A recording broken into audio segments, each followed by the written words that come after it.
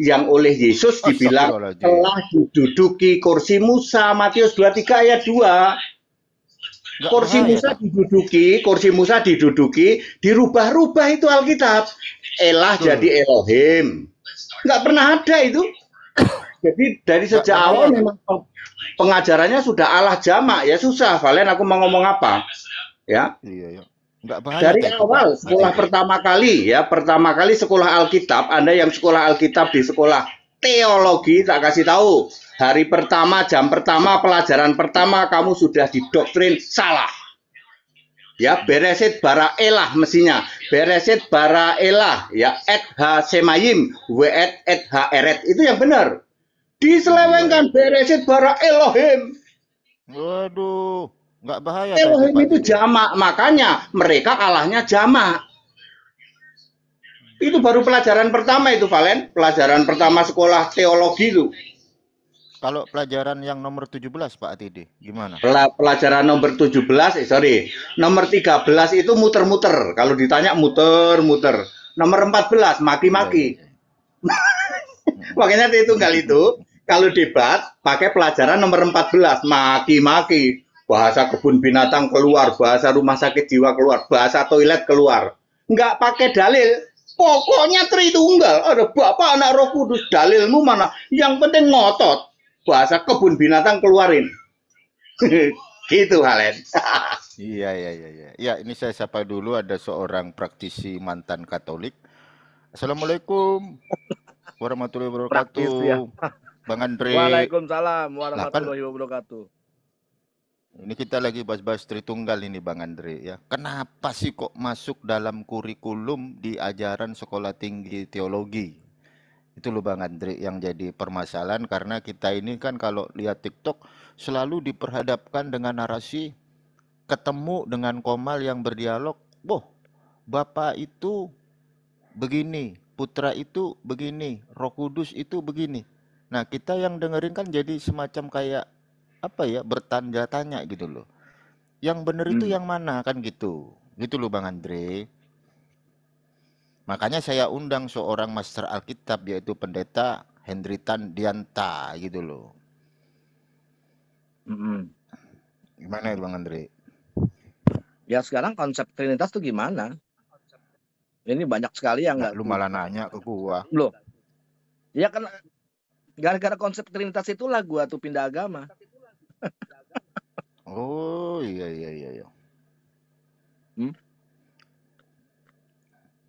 Konsep mungkin kalau menurut pendeta HTD ini gimana konsep Trinitas? Ya, konsep Trinitas itu begini. Kalau ada 10 pendeta, konsep Trinitas ada 10, lalu beribut jadi 11. Itu konsep Trinitas. Nggak bahaya tuh. Ya memang begitu kok. Coba, mana pendeta yang jelasin Trinitas? Pendeta nomor 1 sama nomor 2 beda. Nanti nomor 3 beda. Kumpul 10 pendeta, 10 pendapat tentang Trinitas. Lalu berantem. Muncul nomor 11. Kesimpulan dari berantem. Itu Trinitas itu. Lah nggak ada dasarnya Pak. Valen, kalau di tempatmu sering mengatakan gini, nggak ada dalilnya. Dalilnya itu diada-adain, yaitu dicocok-cocokin lah gitu. Gara-gara Elohim tadi, semua itu berawal dari Elohim tuh. Jadi Kejadian 1 ayat 1. Pertama udah salah Pak ya. Jadi secara nggak langsung pendeta nggak setuju akan Trinitas. Wah, saya nyeselnya seubun-ubun Pak. Saya 35 tahun Trinitas, menyesal seubun-ubun. Ya, saya sapa dulu yang baru bergabung. Ya, nyesel karena nggak ngerti. Pak Adrianus. Loh, selamat siang Pak sama Adrianus. Sama saya ini, Adrianus. Ya, gimana? Shalom. Ya. Nah, ini Trinitas nih. Selamat siang juga. Ya, gimana nih Pak Adrianus menurut saya Pendeta Hendri, katanya Trinitas itu seperti yang dinarasikan Pak HTD. Nah, saya kalau bertanya kepada Anda, apakah Anda seorang Kristen? Masa dia masih pakai pendeta yang benar aja? Loh, dia pendeta Pak, dia jelas orangnya. Saya orang Kristen. Loh, dia juga Kok pendeta. pendeta tapi nggak ngerti tentang Trinitas? Oh, itu Wah, urusan Anda pendetanya dengan Pak Teddy. dipertanyakan itu. Ah, ya boleh, makanya itu Pak Adrianus. Nggak gini, saya lihat rom-rom saudara kita yang Muslim ini suka apa ya, menyerang Kristen, kekristenan, tapi tidak memahami Alkitab. Juga banyak di antara menyerang orang orang-orang Islam, yang di tapi Rom tidak itu memahami juga tidak Al-Quran. memahami aturan. Nah, gimana tuh? Pak, sebentar Pak Gimana? Ya Adrianus. sama, orang Adrianus. Islam juga banyak yang nggak Sebentar. memahami Al-Quran, Weh. tapi Jangan, Pak berani kasih Adrianus. pendapat begitu. Pak Adrianus, saya nggak Iya. enak sama narasumber saya sebagai seorang master Alkitab, Pak Pendeta Hendritan kan nggak Waduh. enak. Kita, iya. Terus Mungkin dari komentarnya diperkenalkan dulu nih, Pak saya ATD tidak dari mana ke jawab, mana Valen. biar saya jelas semua tidak orang gitu. percaya Silakan, dia Pak tuh Teddy. master. Saya mau Biar jelasin definisi Adrianus orang bisa Kristen ya, mengangkat Valen ya. dulu. Aku mau tak jelasin Eh. definisi orang Kristen. Saya mau nanya dulu, Hendritan, kau masih Kristen ya? Loh, saya Kristen 100%. Loh, kenapa kamu nyerang Tritunggal? Tak jelasin definisi Berarti Kristen. kamu bukan Kristen. Dengerin, tak jelasin Ya, definisi Kristen. yang waras lah, yang waras. Ya, Waras tak sedikit jelasin lah. definisi Kristen ya. dengerin dulu. Waras lah. Ya. Enggak, masalahnya begini, host. Enggak dipercaya sama orang-orang kalau mengakunya master Kristen terus ngomongnya seperti Ya udah, pasti enggak nanti akan kau dipercaya, bantah. apalagi Nanti kau sama bantah. orang Kristen. Sekarang dia mau jelasin. Ya secara Pendeta tidak ATD mau saya sudah jelasin. Ya udah, saya nanti sudah kau bantah bantah ini. dia dulu. Adrianus, gini. Ini kan saya sudah bantah. Gini Pak Ya Adrianus. sudah, kau diam dulu. Gini. Apa? Gini Ngapain? Pak Adrianus.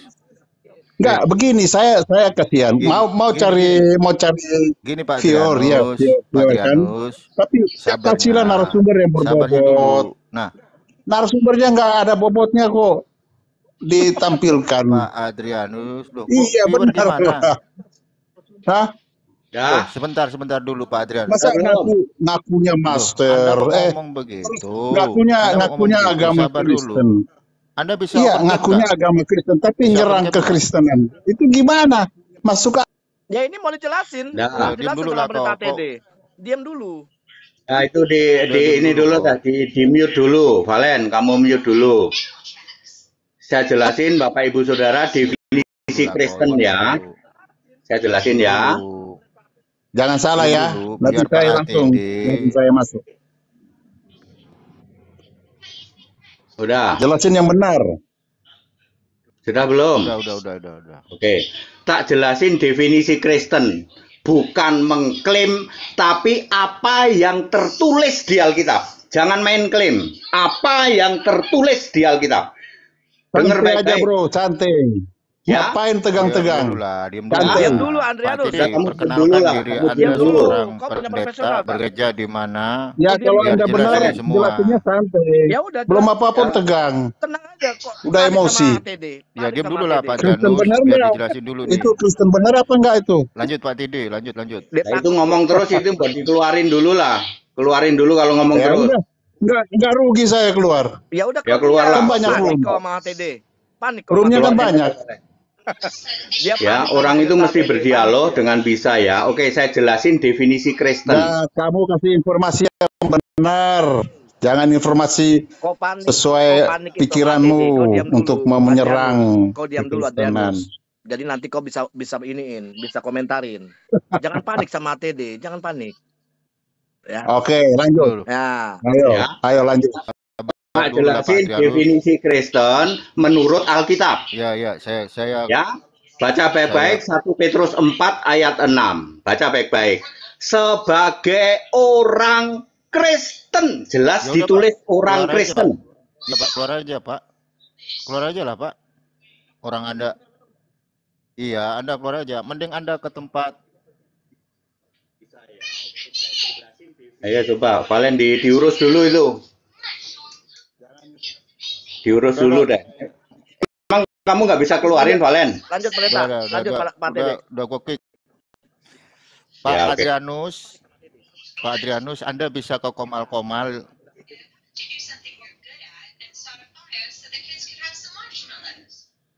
Ya sudah, saya tunggu dulu. Ya. Udah turun. Udah lanjut.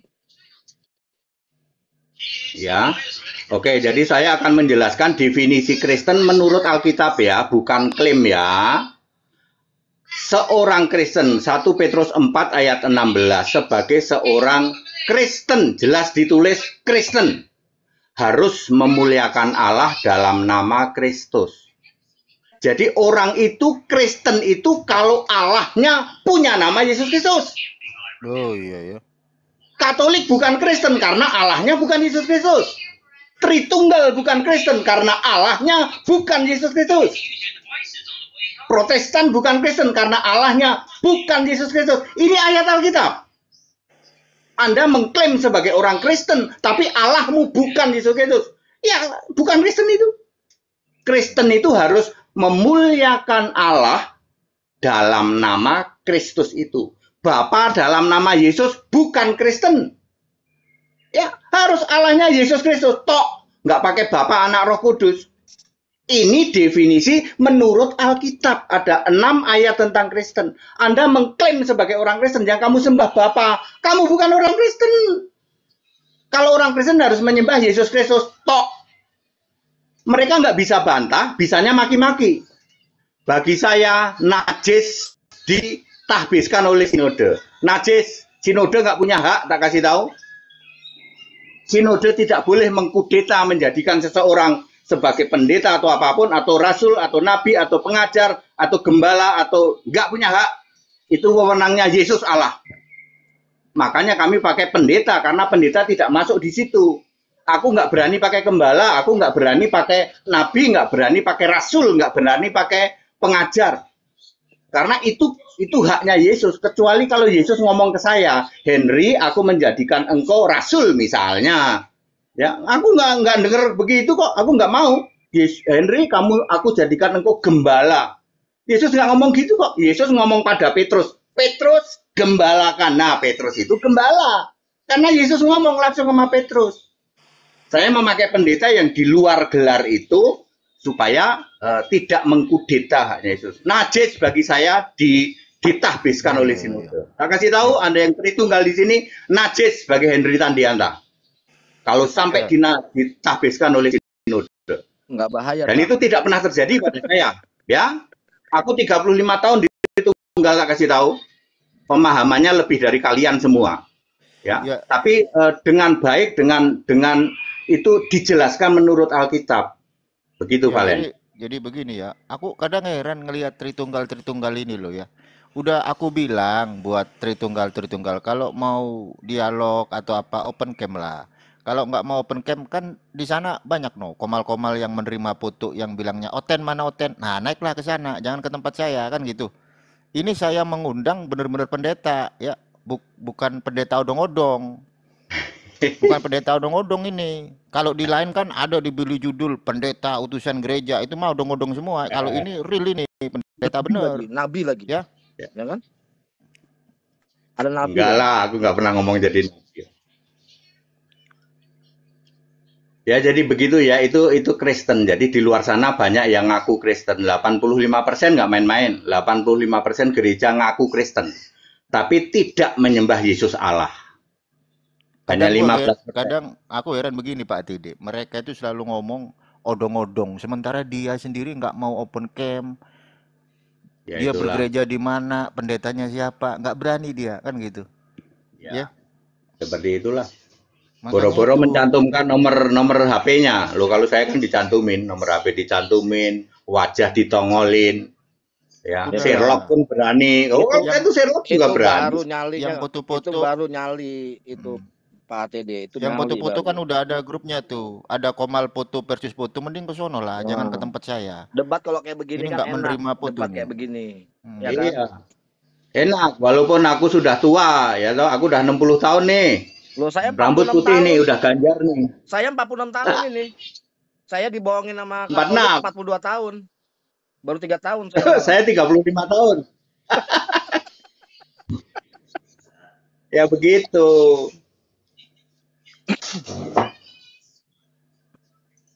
Nah, ini kalau seandainya ya, ada bukan. Nih Tungtung kalau mau naik ya kan. Ini kebetulan nih bisa bisa diskusi sama Pak HTD. Tapi harus open cam gimana nih? Kalau nggak mau gimana nih Pak HTD mereka? Nggak mau. Tidak apa-apa, tidak open camp. Yang Hmm. penting itu harus mau kita memakai standar Alkitab. Ya, jangan doktrin, ya toh. Kok Anda nggak mengimani Tritunggal, Mbok? Anda itu sebutkan Tritunggal itu ini loh. Coba beresit bara Elohim, kan enak ngomongnya. Karena beresit bara Elohim itu jamak, maka nanti ketemu baiklah kita menjadikan langit dan bumi. Nah, jamak ketemu jamak kan cocok. Nah, Mbok begitu ngomongnya gitu loh. Ya. Iya, kita nggak menerima orang yang nggak jelas kan gitu. Iya. Ini narasumber saya pendeta asli ini, bukan pendeta Nih, odong-odong. Ya makanya kalau lain bikin judul pendeta utusan gereja odong-odong semua, tapi gimana Andre? ya, ini sebelumnya nih saya pengen nanya sama TD ini terlepas dari apa namanya Tritung nih, terlepas dari Tritung.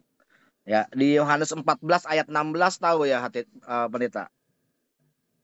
Ya. Nah, aku akan minta kepada Bapa dan ia akan memberikan kepadamu seorang penolong yang lain supaya ia menyertai kamu selama-lamanya, yaitu Roh kebenaran.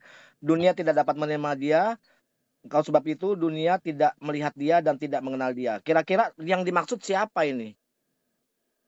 1426 itu. 14:16. Oh, mungkin di 26 lebih jelas. Diteruskan lagi ke 1526. Ke Ya, 15:26. aku akan mengirim seorang penolong atau penghibur. Ya, penolong itu P-nya huruf besar, bukan pembantu ya, bukan pembantu. Penghibur itu P-nya huruf besar, bukan tukang penyanyi dangdut ya, bukan ya. P-nya huruf besar. Ya, itu adalah Roh Kudus, Roh kebenaran. Roh kebenaran. Ya. Nah, itu kan ya, kan Roh dikatakan Kudus orang. Menurut ya, karena yang akan dipimpin orang, maka ditulis seorang. Di kitab Wahyu yang duduk di tata surga juga seorang ditulisnya, pakai S huruf besar. Oh, jadi itu karena yang akan dipimpin orang. Jadi itu Roh Kudus. Ya, Roh Kudus. Oh. Yes. Nah, itu kalau Yesus masih ada, Roh Kudusnya ada nggak? Ada, kenapa nggak ada? Yang ada di diri Yesus kan Roh Kudus. Oh ya udah, ini kan di Yohanes 16 ayat 7 dikatakan, ya kan, apa namanya? Namun benar yang kukatakan ini kepadamu adalah lebih berguna bagi kamu jika aku pergi, sebab jikalau aku tidak pergi, penghibur itu tidak akan datang kepadamu. Nah, kira-kira gimana tuh? Ya, jadi Yesus berubah dulu dari roh, jadi roh dulu. Lalu penghibur adalah Roh Kudus itu sendiri yang akan datang. Roh Kudus itu Pak bukan hanya ada di Perjanjian Baru, di Perjanjian Lama sudah ada. Yesaya 63 ayat 10. Ya, ini yang pemahaman jungkir balik. Betul. Dikiranya kalau Yesus nggak pergi maka nggak ada Roh Kudus. Roh Kudus sudah ada. Ketika Yesus membuat mujizat, Yesus berkata karena kuasa Roh Kudus. Ya, tapi Roh Kudus sudah ada. Roh Kudus itu siapa ya? Tapi saya nyambung lagi ke Yohanes 14 ayat 16 itu yang tadi apa namanya yang saya singgung, bahwa Pak HTD mengatakan bahwa sang penghibur itu adalah Roh Kudus. Nah, di 16 ayat 7 itu kan sangat apa namanya korelasinya ada bahwa aku pergi sebab jikalau aku tidak pergi penghibur itu tidak akan datang padamu. Nah, itu bagaimana itu?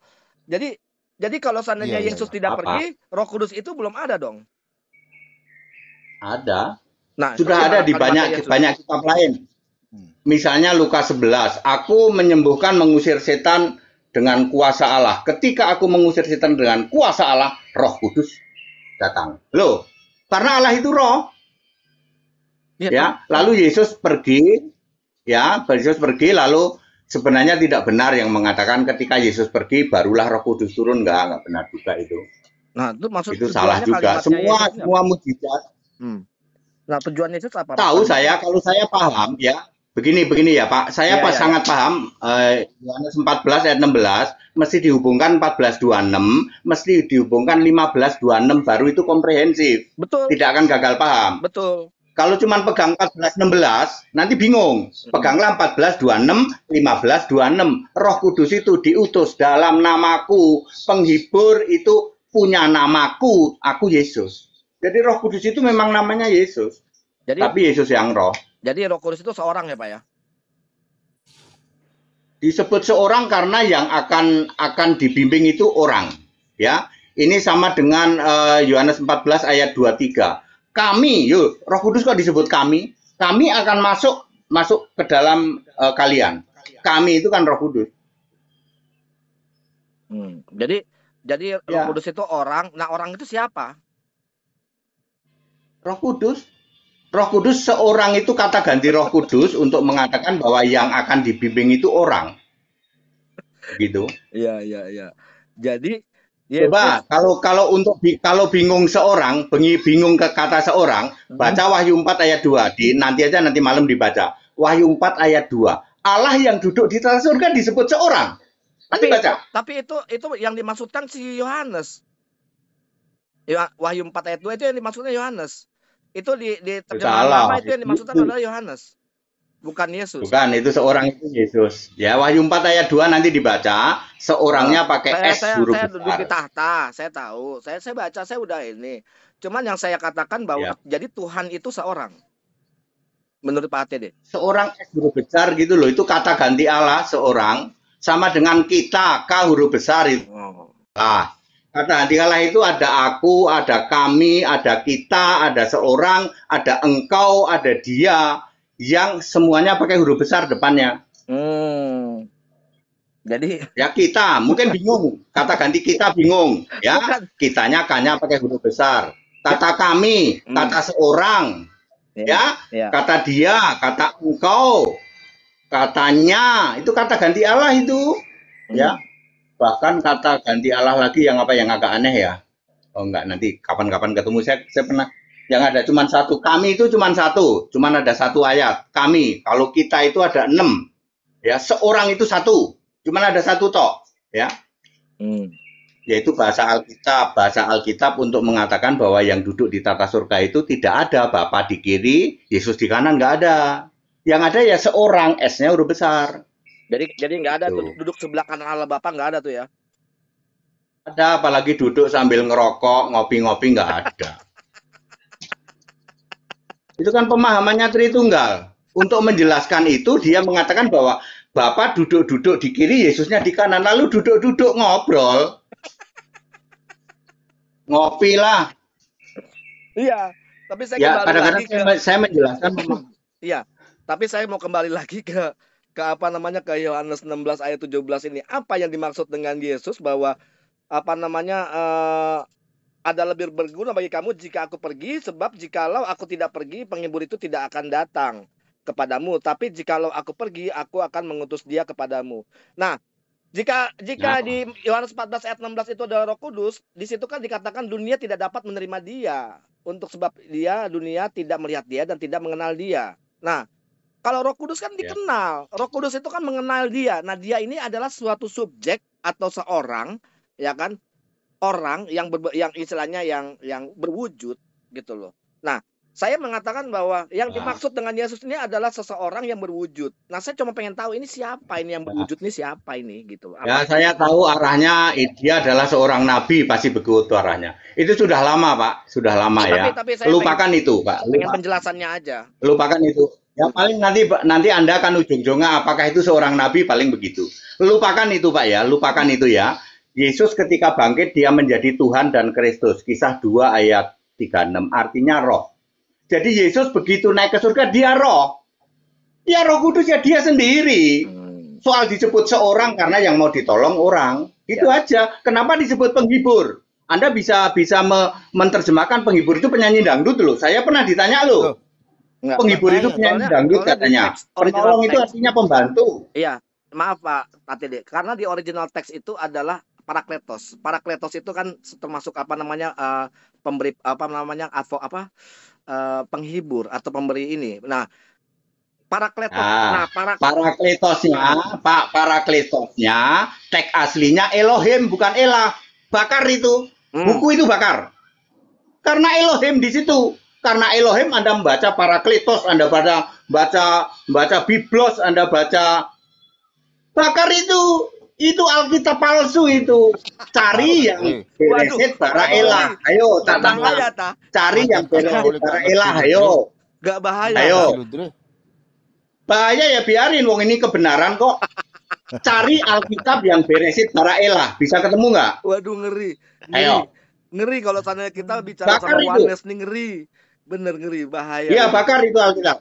Alkitab yang Beresit bara Elohim, bakar. Saya bakar satu lemari plus 2 laci, tak kasih tahu.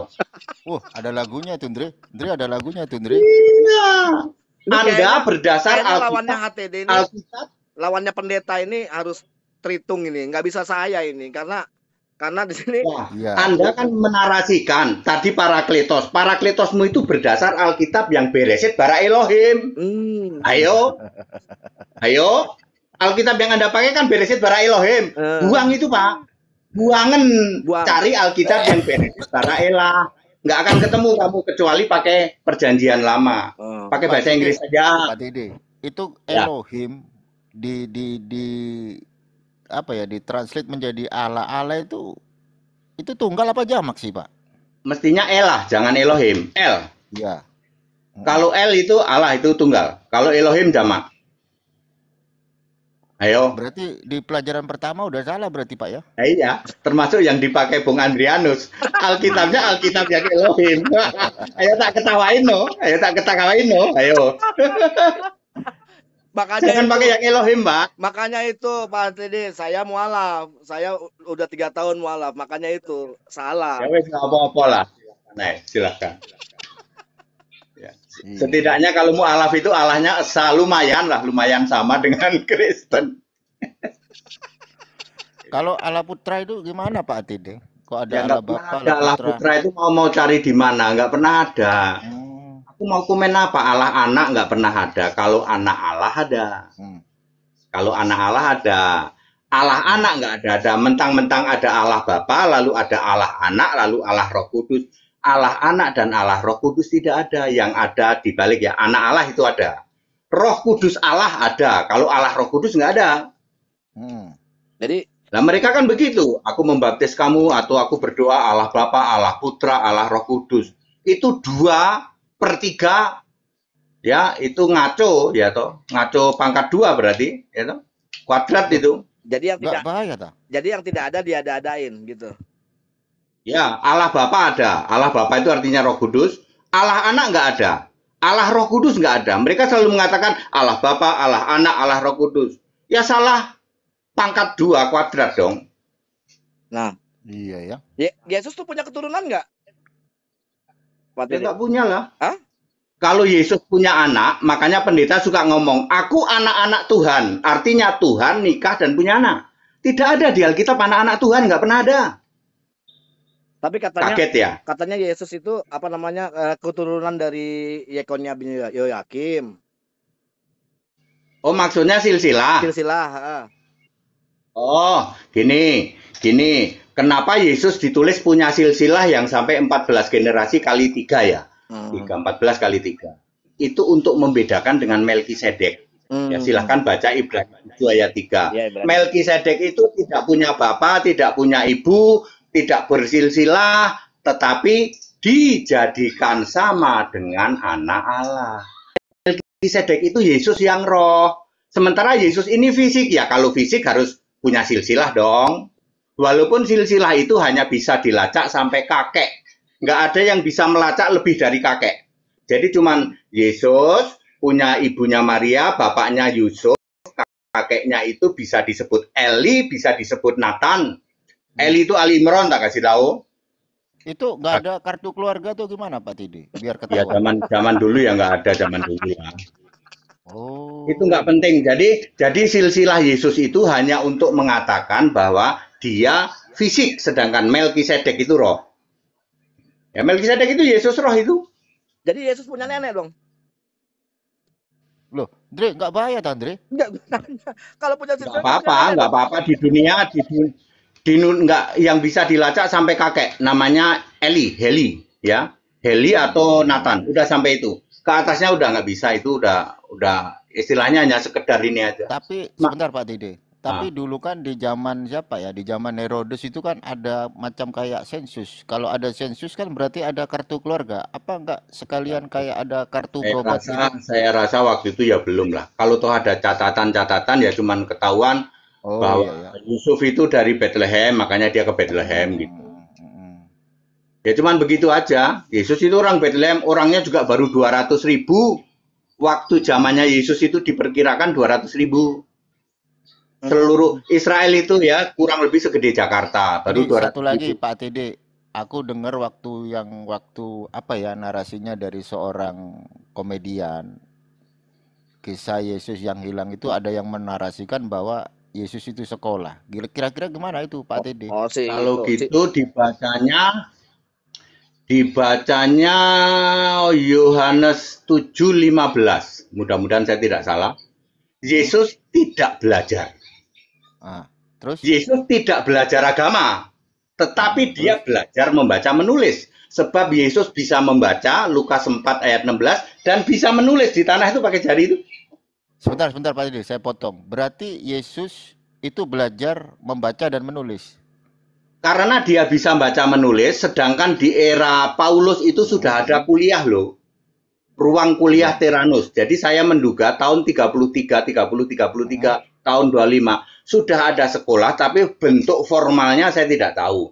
Yang jelas Yesus bisa membaca menulis, tetapi dia tidak sekolah agama, tidak sekolah seperti ceritanya Bathuk Nonong Sidik itu. Dia belajar agama, belajar Taurat. Jelas Tapi ditulis tanpa belajar. Untuk agama dia tanpa belajar. Tapi nggak bahaya Tuhan belajar menulis? Faktanya dia bisa menulis. Ayo. Oh iya. Dia bisa membaca kok sebagai manusia kok.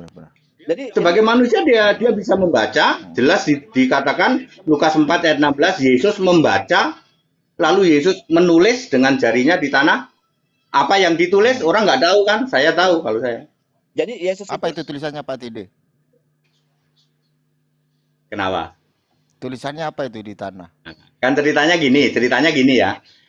Ada perempuan ketangkep zina. Terus dikelilingin, diriung di orang ini.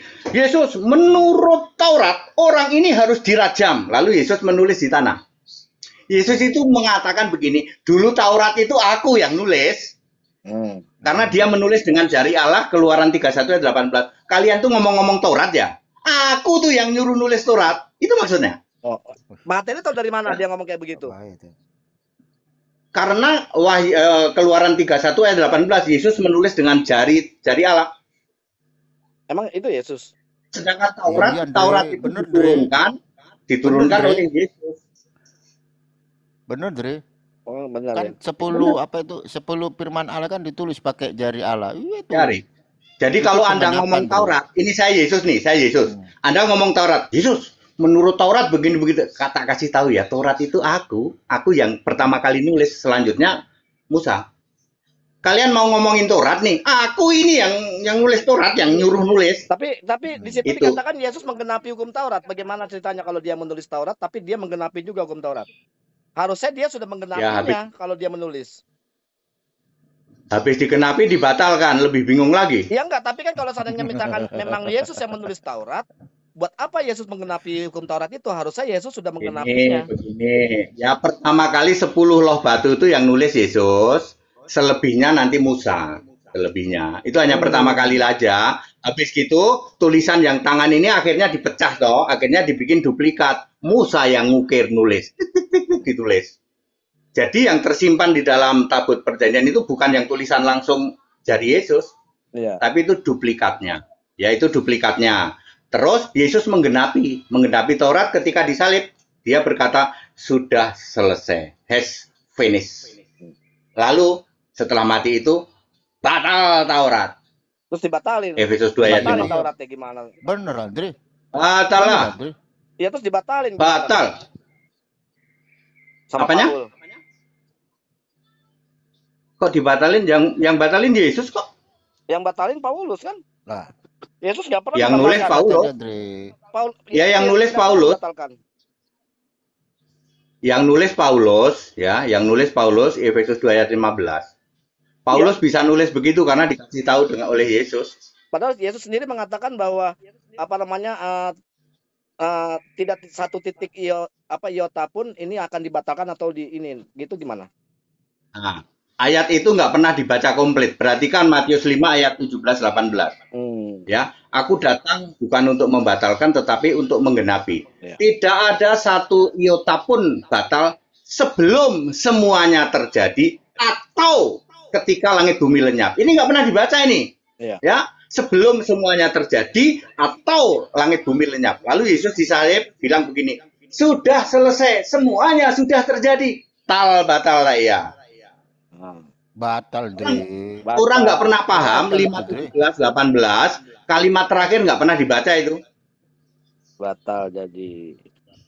Duh, Jadinya batal ya. akhirnya batal. Ya, semua batal. Yang batalin Yesus ya. Iya. Kita punya referensi, Dre, nih, Dre, yang batalin Taurat Yesus menurut Pak ATD kan gitu. Menurut Alkitab kok menurut saya. Ya, menurut Pak ATD yang mengambil dari Menurut- Alkitab gitu, Iya. Dre. Nah, menurut Alkitabnya yang di mananya itu Pak ATD? Kalau menurut Alkitab. Tadi kan ya Matius 5:18 baca bagian akhir. Tidak akan satu iota pun batal kecuali selain langit bumi lenyap atau telah digenapi. Ini nggak pernah dibaca. Nah, Yesus mati di langit salib sudah berkata lenyap belum? sudah selesai. Langit sudah lenyap belum? Tapi kan sudah digenapi. Bacanya dua toh. Kalau digenapi sama langit bumi lenyap, mana duluan terjadi? Digenapi duluan batal. Ya makanya tadi Alah, itu saya mudah katakan banget. di situ begitu Pak ATD. Kalau Yesus sendiri yang membuat atau yang menuliskan hukum Taurat itu sendiri, buat apa dia genapi? Harusnya dia sudah menggenapinya. Ini pertanyaan bagus ya. Yesus juga menyuruh mendirikan bait Allah, bahkan ukurannya dari Allah. Panjangnya segini, lebarnya segini. Ya, Yesus juga menyuruh tabut perjanjian, panjangnya segini, lebarnya segini, kasih ukiran-ukiran begini. Kenapa kok dihancurkan itu bait Allah? Kenapa Taurat yang dia ya untuk mengatakan agama sudah finish? Ini yang tidak pernah orang paham. Ya, agama simbolnya harus ada ritual yang namanya Taurat batalin. Gedung tempat ibadah gugur apa runtuh. Matius 24 ayat 2. Jadi sejak saat itu tidak ada lagi kekristenan itu disebut agama. Agama itu ya sampai Yahudi tok beres. Begitu bubar jalan itu runtuhnya bait Allah 20 tahun 70 Masehi setelah kitab Wahyu selesai ditulis. Wahyu ditulis, Wahyu 11 ayat 1, Yohanes suruh ngukur. Yohanes ukur bait Allah itu, ukur. Tentu bait Allahnya masih ada. Habis selesai kitab Wahyu, bait Allah runtuh tahun 70. Berarti Wahyu 11 ayat 1 harus diukur oleh Yohanes, betul-betul diukur bait Allahnya. Kenapa dihilangkan? Sejak saat itu tidak ada agama. Kristen bukan agama, Pak. Dan era orang beragama kembali kepada orang beriman. Adam sampai Musa itu nggak punya agama, Pak. Nggak ada agama Adam sampai Musa. Agama itu muncul Musa. Musa sampai Maliaki. Ya, nggak pernah ada itu. Abraham punya agama, nggak pernah ada. Nuh punya agama, nggak pernah ada. Waduh, bahaya ini. Bukan bahaya, ayat Alkitab. Oh, ayat Alkitab. Ya. Ya, karena Valen nggak pernah dengar, jadi merasa ini. Tapi bagi kami itu clear ya loh. Roma 5 ayat 13. Ayo Roma 5 ayat 13. Kayak bimbangnya gitu aku, Mbak. Makanya ya karena tidak pernah dengar ya Valen ya. Saya juga 35 tahun. Yang bisa membuka begini ya cuman kami, Pak. Bahwa dari Adam sampai Musa itu tidak ada orang beragama. Kalau dosa cuman cukup korban bakaran. Kenapa Kain itu ditolak? Kenapa Kain ditolak? Disuruh korban bakaran, kamu korbannya pakai hasil pertanian. Oh iya ya, bahaya. Iya. Mestinya yang korban itu korban bakaran, seperti yang dilakukan Habil. Dia nggak tahu, dia kasih korban dari hasil pertanian, dia ditolak, marah dia, dibunuhlah Habil. Jadi menurut Pak ATD Kristen itu bukan agama ya? Bukan lah. Apa dong? Ya faith. Tadi sebagai orang Kristen memuliakan Allah dalam nama Kristus itu. Jadi Kristen itu harus Allahnya punya nama Yesus Kristus. Nggak ada gedung gereja. Kagak ada. Kami nggak membangun gedung, Pak. Dosa kalau bangun gedung gereja. Bangunlah tempat umum karena menyewa. Itu ada ayatnya itu. Kisah gimana ibadahnya? Kisah 2 ayat kisah 1 ayat 13. Mereka beribadah di tempat menumpang. Zaman dulu disebut menumpang, kalau sekarang ya menyewa lah. Enggak, itu ibadah di mana kalau nggak bikin gereja? Pak Di Didi? tempat-tempat menumpang, tempat-tempat yang bisa disewa. Oh, yang bisa disewa ya? Ya. Ya. Ya, selamat sore Pak Satria. Selamat sore. Assalamualaikum warahmatullahi wabarakatuh. Ya, Tak waalaikumsalam. pikir Pak Satria temanku. Ini Oh, gitu. permisi Pak ya. Ini si tua ini ngomongnya asal ngomong aja, macam ayam lagi cakar tanah. Ya. Kamu Pak maaf Pak ya. Bapak kalau ngomong itu setidaknya pakai data, pakai dalil lah kalau bisa. Jangan asal ngarang. Oke Pak ya. Biar kita yang di bawah pun dengarnya mungkin agak dikit nyambung lah. Pak? Kalau ngomong itu pakai data, Pak HD. Itu udah calon ngomong kebun binatang itu, hati-hati itu, Valen. Itu udah calon itu. Apanya? Bapak aja ngomong aja, nggak boleh aja ngomong. Silakan dibantah kalau bisa bantah. Ya, bantah aja. Mas Satria, sadar nggak? Islam. Coba mau tanya-tanya. Kamu nih Pak, kita nggak ngomongin Islam, Pak. Dengar ya. Kita Nah, lagi kita ngomongin nggak ngomongin Islam kita. Dengar dulu Pak. Bapak kalau mau ngomong Udah, itu, Pak. Udah turun aja Pak. Turun Pak. Kita lagi ngomongin Kristen kok Pak. Nggak ngomongin Islam kitanya ini. Ngomongin Islam kok. Iya. Lanjut Pak Didi. Ya oke. Tadi sampai mana ya? Sampai Itu. Oke. Jadi Adam sampai Musa itu tidak ada agama, Pak. Bahkan dikatakan perbuatan jahat itu belum dihukum karena belum ada Taurat. Jadi Lot bersetubuh dengan 2 anak perempuan nggak dihukum.